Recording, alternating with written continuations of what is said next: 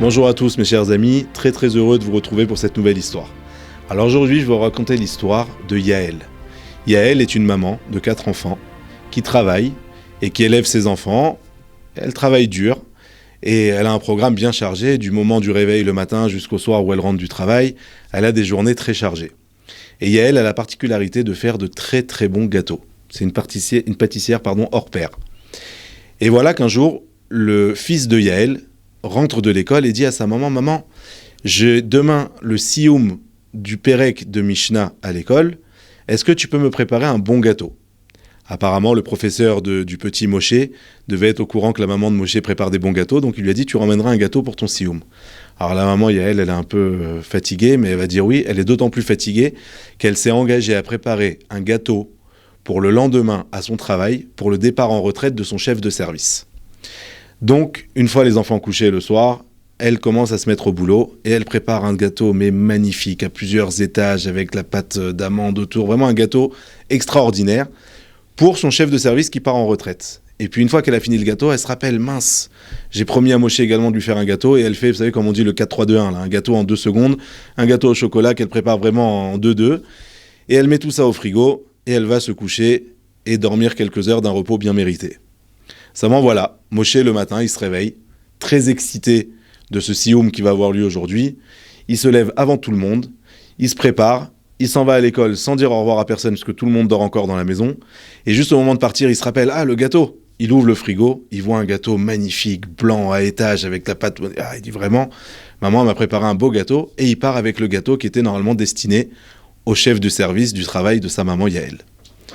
Et voilà que Yael se réveille quelques minutes plus tard, elle se prépare pour aller au travail, et puis au moment de partir, elle se rend compte, en ouvrant le frigo, catastrophe, drame, le petit Moshe est parti avec le beau gâteau qu'elle avait prévu pour son travail.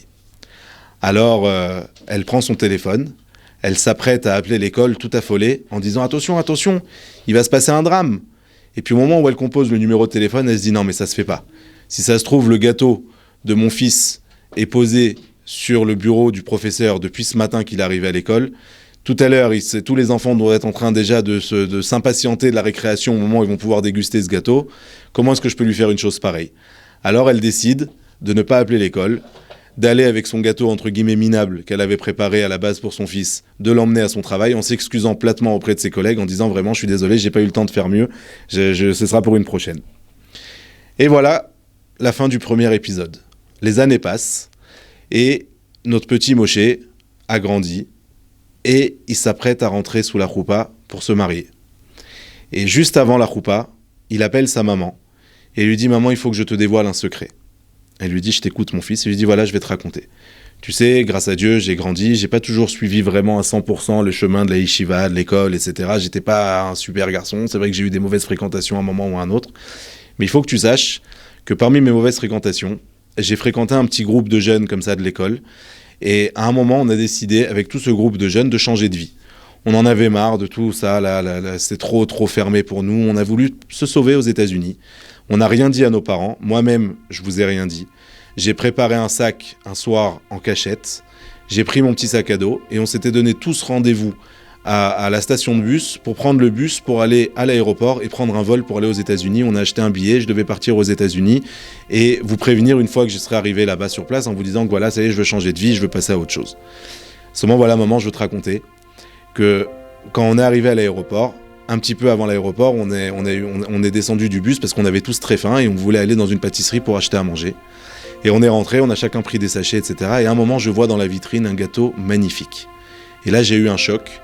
Je me suis rappelé de ce gâteau magnifique que tu m'avais préparé. Tu te souviens, maman, quand j'avais 9 ans, j'avais fait un sioum à l'école, tu m'avais fait un gâteau blanc comme ça, magnifique, extraordinaire. Sa mère se rappelle bien sûr de l'épisode, elle a envie de lui dire « Ouais, d'ailleurs, j'ai pas trop kiffé comment tu m'as pris le gâteau, mais bon, elle se retient de lui dire quoi que ce soit. » Et le fils de lui dire « Tu vois, maman, quand j'ai vu ce gâteau dans la vitrine, je me suis tout de suite souvenu de ce gâteau que tu m'avais préparé. Je me suis dit dans ma tête, mais comment je peux faire une chose pareille à mes parents ? Comment je peux faire une chose pareille à ma mère ? Ne pas la prévenir que je me sauve comme ça de la maison et pour aller vivre une nouvelle vie qui va peut-être être à l'encontre de ce qu'elle nous a toujours inculqué dans notre éducation. Comment est-ce que je peux faire ça à maman ? Alors ce gâteau-là, il m'a mis un électrochoc. J'ai laissé en plan tous mes copains dans cette boulangerie. Je leur ai dit, excusez-moi, partez, mais ce sera sans moi. et je suis rentré à la maison. T'as jamais rien su de ça et aujourd'hui je voudrais te le dire. Je voudrais te dire qu'aujourd'hui j'ai la chance de rentrer sous la roupa et de me marier avec une fille comme t'as toujours voulu que je me marie et de pouvoir maintenant appréhender à construire un nouveau foyer. Et je veux que tu saches que mes amis, eux, ils sont toujours là-bas et malheureusement ils ont complètement quitté le chemin de la Torah. Donc voilà mes chers amis, peut-être à retenir cette puissance, cette histoire puissante sur l'importance de l'éducation, de montrer à quel point il ne faut pas lésiner sur les choses qu'on doit faire à nos enfants pour pouvoir les marquer dans l'éducation qu'on veut leur donner, parce que c'est des choses qui resteront toute leur vie et on ne connaît pas l'impact des actions qu'on peut faire aujourd'hui, l'impact que ces actions-là peuvent avoir demain. Voilà, sur ces bonnes paroles, je vous dis à très bientôt à tous.